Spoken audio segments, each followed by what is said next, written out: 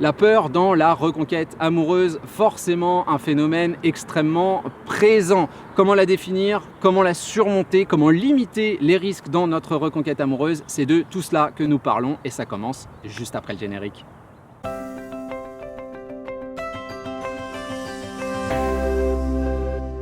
Salut à vous, c'est Jean-Baptiste de jbmarcy.com, ravi de vous retrouver comme tous les jeudis pour continuer nos réflexions autour de votre reconquête amoureuse. Et aujourd'hui, on s'attaque à un ressenti, une idée, quelque chose qui est extrêmement présent tout au long de la reconquête amoureuse, quelque chose qui est né avec la rupture amoureuse. C'est la peur, la peur du contact, la peur des réactions de la personne que vous avez face à vous, la peur des conséquences, la peur de finalement ne pas réussir à améliorer la situation, cette idée lancinante que finalement on est dans l'impossibilité totale d'avancer.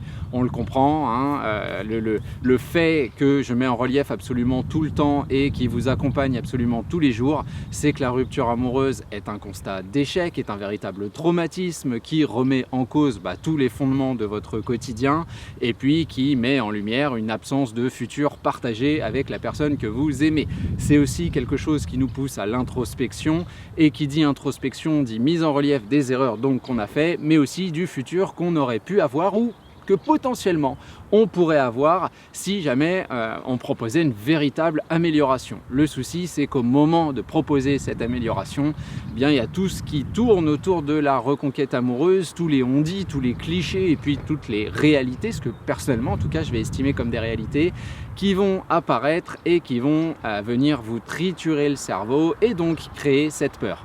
Et quand j'entends cliché, je pense que vous les connaissez, cette idée d'être dans la domination, d'être dans le silence radio, d'écrire de belles lettres, d'avoir l'impression de devoir déplacer des montagnes versus ce qui va plus être notre réalité, à savoir aborder cette attitude légère, dynamique, agréable et coupler tout cela à un véritable changement personnel. On sait qu'en plus le changement personnel lui-même va impliquer certaines peurs, à savoir de le faire pour rien, tout simplement. À ça évidemment on mettra une parenthèse en disant que la vision du changement personnel, je pense qu'elle est un petit peu traditionnelle. Au début, comme ce fameux marathon dont je parle aussi souvent, au début on court pour l'autre, au milieu on court pour soi parce qu'on commence à croire dans ces changements-là, et puis à la fin on court pour courir parce que effectivement la dynamique est créée.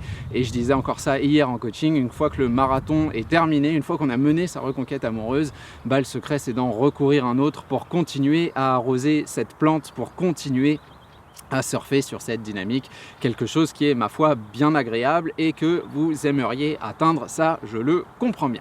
Mais revenons sur l'idée de peur, on va l'aborder sous deux angles différents.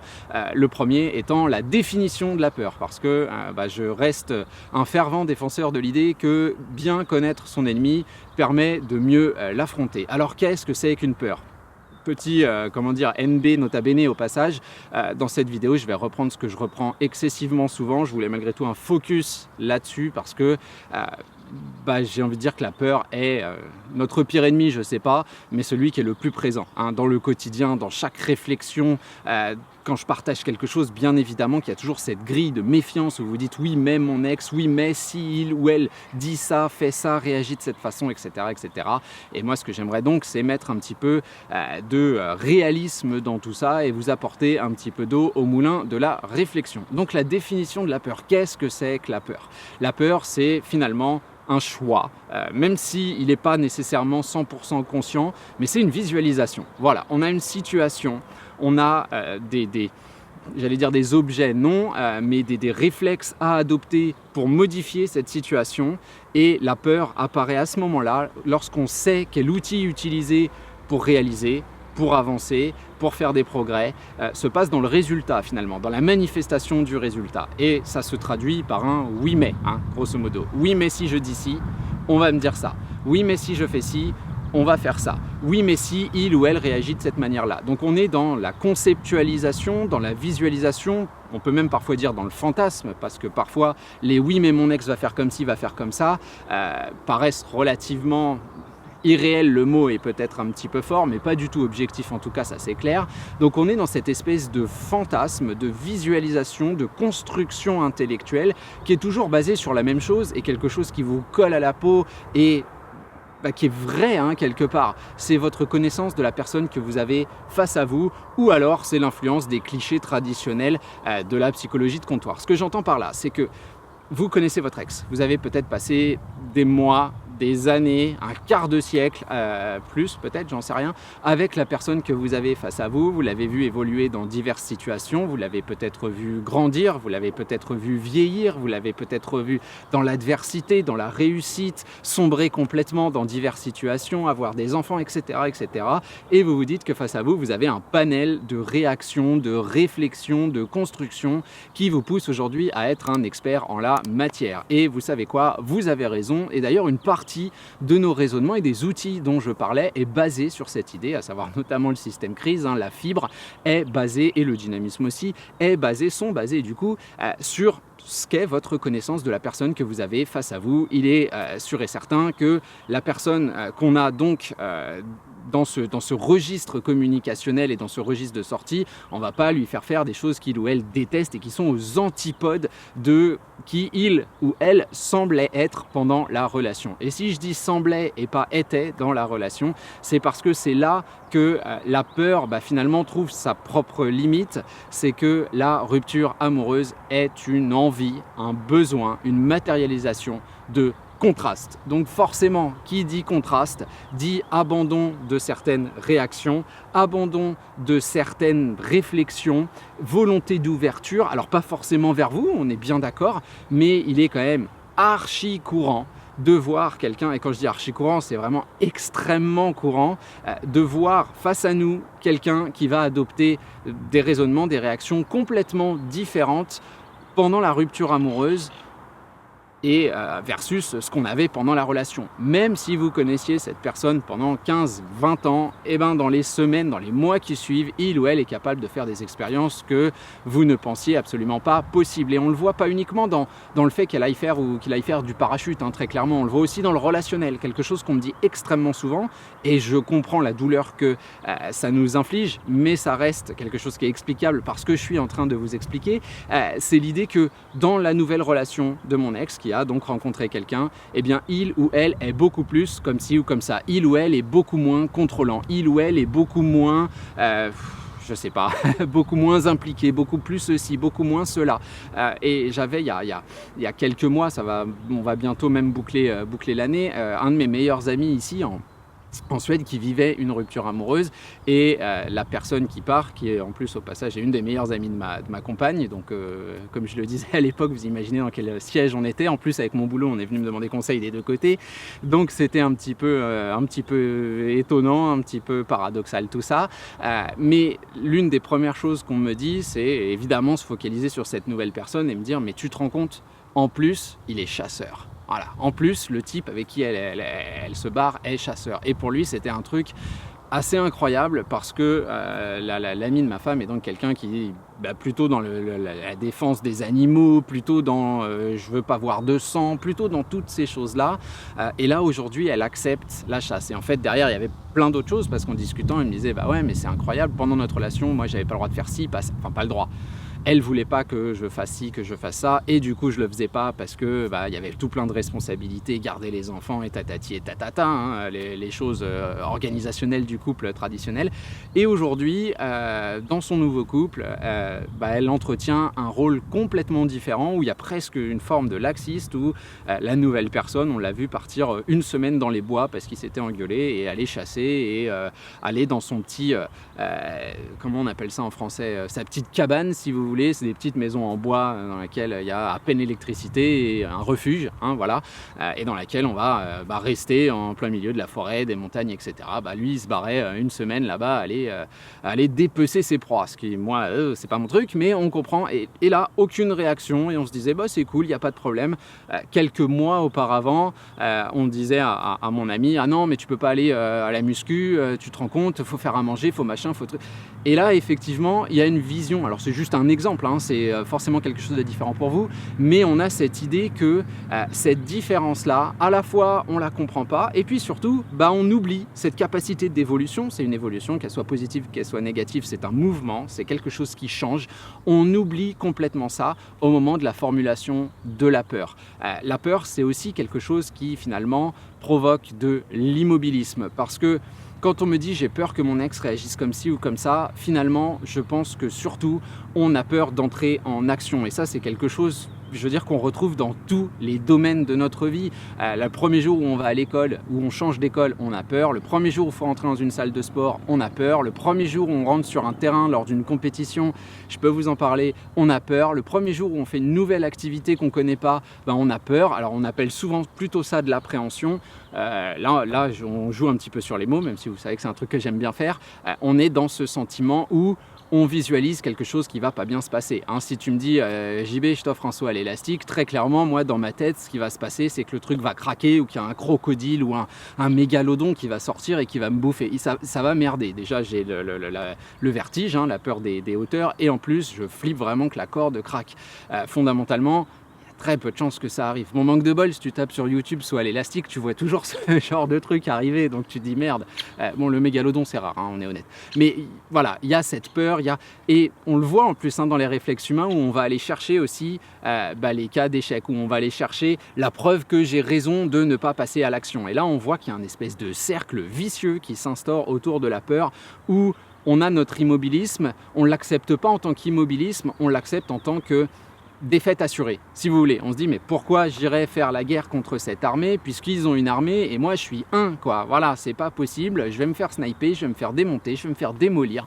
Et on oublie l'environnement, et on oublie la réalité du terrain, et on oublie le contraste, et on oublie qu'on a un être humain face à nous, quoi. On n'a pas Robocop, on n'a pas... Alors dans tout ça, bien évidemment, il y a de vrais risques, il y a vraiment la possibilité que votre ex soit un petit peu hargneuse à certains moments, mais encore une fois, il y a aussi toute la réalité de ce qu'il ou elle vit, et puis c'est là-dessus qu'on va passer pour notre deuxième idée. Il y a l'idée que cette peur, en la surmontant, on a souvent des résultats qui sont extrêmement éloignés de ce à quoi vous vous attendez. Donc cette deuxième partie, c'est évidemment le fait de surmonter la peur et de se dire que l'idée même de la peur, c'est de l'absentéisme vis-à-vis de l'action. Hein. C'est l'idée de ne rien faire. Quand on fait rien, très clairement, on n'obtient pas de résultat. C'est aussi simple que ça. Votre ex ne va pas revenir en frappant à la porte un soir de pluie avec un bouquet de roses en se jetant à moitié nu sur vous. Hein, c'est clair. Donc nous, on va vouloir passer à l'action. Et pour passer à l'action, il faut réussir à surmonter cette peur. Et quand je vous parle d'environnement, ici en Suède, il y a une idée environnementale qui est très présente. Justement, il y a de grands spécialistes dont je ne connais plus les noms, très honnêtement, parce que ce n'est pas mon domaine privilégié d'études, mais il y a en tout cas un grand mouvement de pensée qui s'appelle la thérapie cognitive. Je ne vais pas vous le faire en suédois parce que mon accent est pourri, puis je ne suis pas sûr que tout le monde comprenne.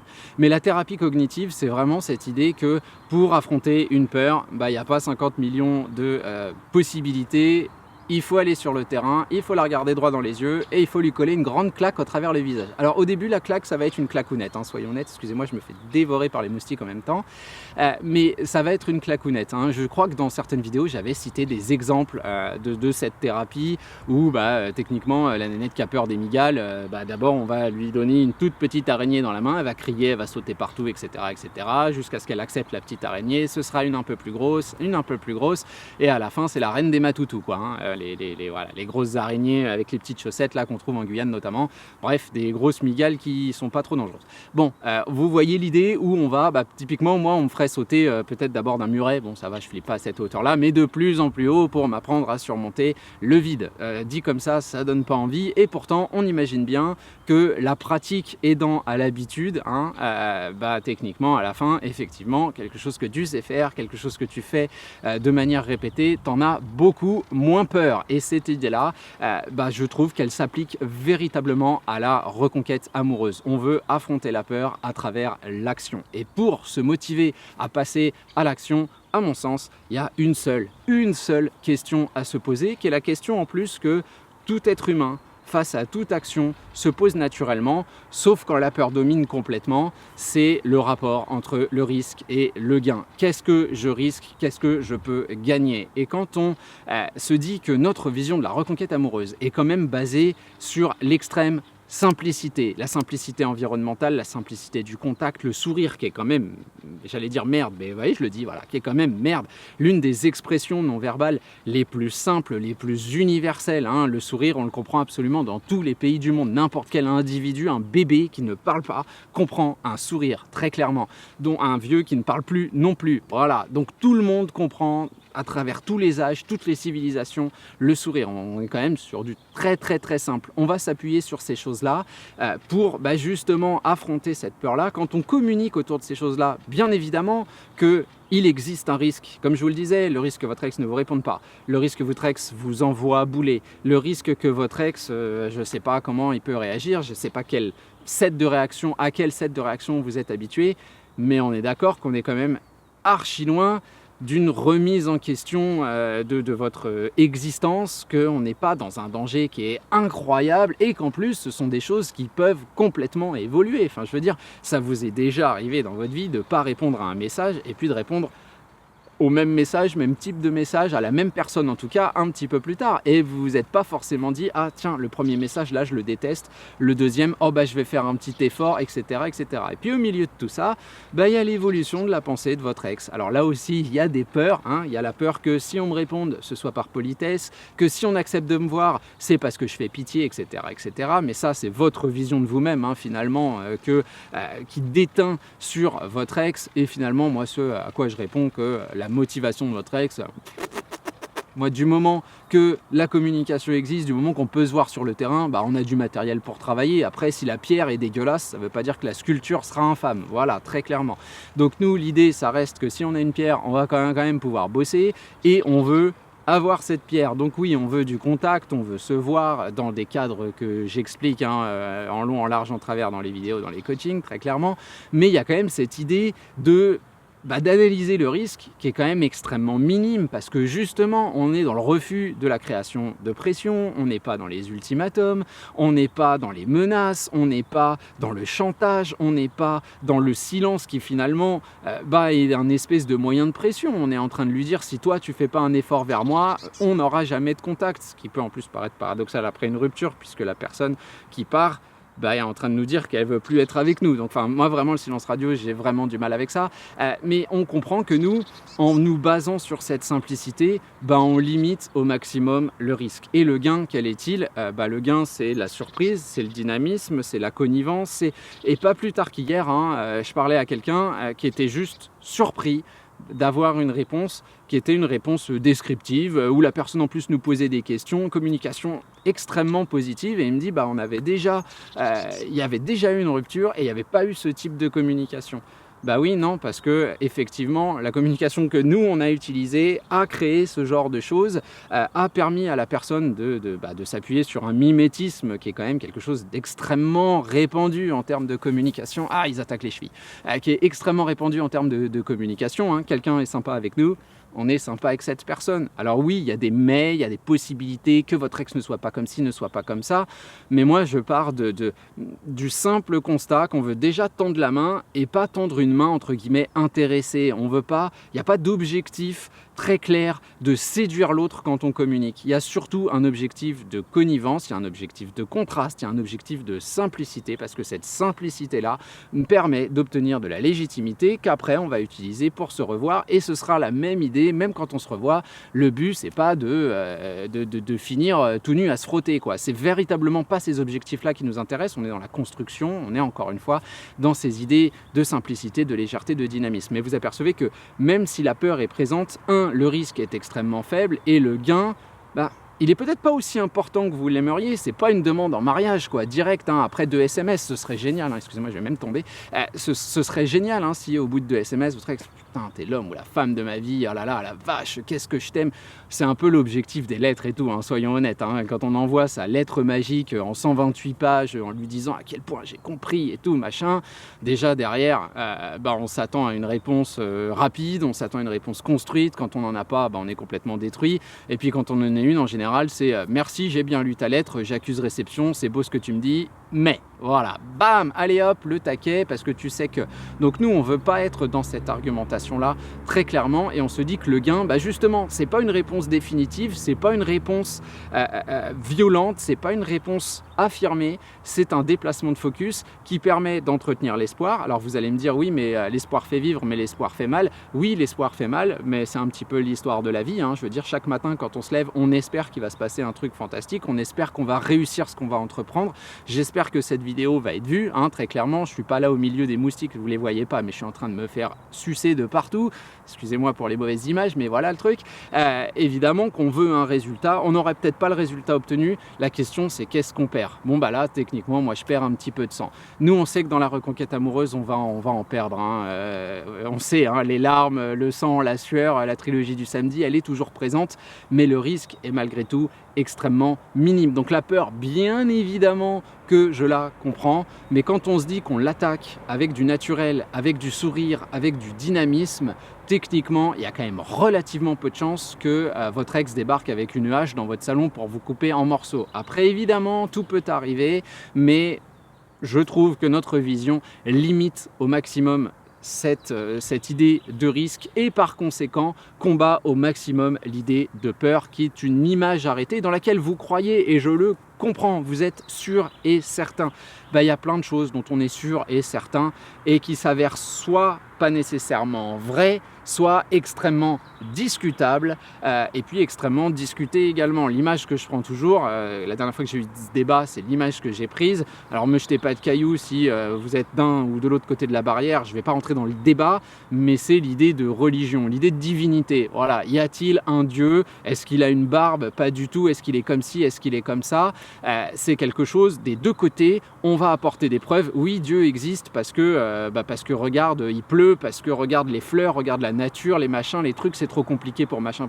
Et puis de l'autre côté, tu vas avoir le mec qui va t'expliquer que oui, mais non, ça, ce sont des phénomènes qui s'expliquent de telle ou telle manière. Si tu regardes les atomes, et des deux côtés, on va arriver à un moment où on va plus pouvoir avoir d'arguments et où on sera quand même pas d'accord et où on va retourner sur nos positions et où finalement on s'aperçoit qu'il n'y a pas de réalité, il n'y a pas de vérité, on est complètement perdu si vous voulez. Donc nous, très clairement, je reviens à nos moutons, on veut être dans cette idée que on n'est pas du tout dans une conception qui reviendrait à convaincre l'autre, on n'est pas du tout dans une conception où on va être dans l'argumentaire. On veut cette simplicité, comme je vous le disais, cette simplicité, à mon sens, elle casse un petit peu, au maximum en tout cas, autant que faire se peut, cette idée de peur. Et si vous voulez vraiment péter cette idée de peur, il y a qu'un seul moyen, c'est de se retrousser les manches et de partir au combat. Et combien je vois de situations où finalement on est soi-même surpris parce que tiens, oui, là mon ex m'a répondu comme ci, tiens, là mon ex a fait ça, et effectivement je m'attendais pas à. Et ça, c'est un truc que je vois au quotidien. Ce qui est sûr, c'est qu'à chaque fois que notre ex fait quelque chose de positif qu'on ne s'attendait pas, dont on ne s'attendait pas à voir la réalisation, la plupart du temps, c'est qu'on a fait un petit quelque chose pour stimuler tout ça. Donc stimulons tout ça, soyons ouverts, souriants, dynamiques, minimisons les risques, maximisons la possibilité de surmonter la peur. Et puis j'espère que ça termine cette vidéo en beauté. Moi, je vous abandonne là parce que là, je me fais piquer, mais c'est juste incroyable. Ça, c'est le problème, hein. La Suède, dès qu'il fait un peu beau, tu te fais éclater par les moustiques et je suis un petit peu allergique. Donc avant de devenir le bibendum Michelin, je vais vous abandonner. On se retrouve la semaine prochaine pour une prochaine vidéo. Comme d'habitude, vous avez les commentaires. N'hésitez pas à soutenir la chaîne. Alors là, quand je vous dis que chaque semaine, on est tout proche des 10 000, il doit rester 50 abonnés là, à gratter pour passer la barre symbolique qui, évidemment, pour moi, comme je vous le disais, serait un véritable objectif. Et après, on visera plus, mais ce serait déjà une belle pierre à, marquer d'une croix blanche. Voilà, je vous abandonne là pour aujourd'hui. On se retrouve la semaine prochaine pour un prochain contenu. Et d'ici là, n'ayons pas peur. Salut à vous.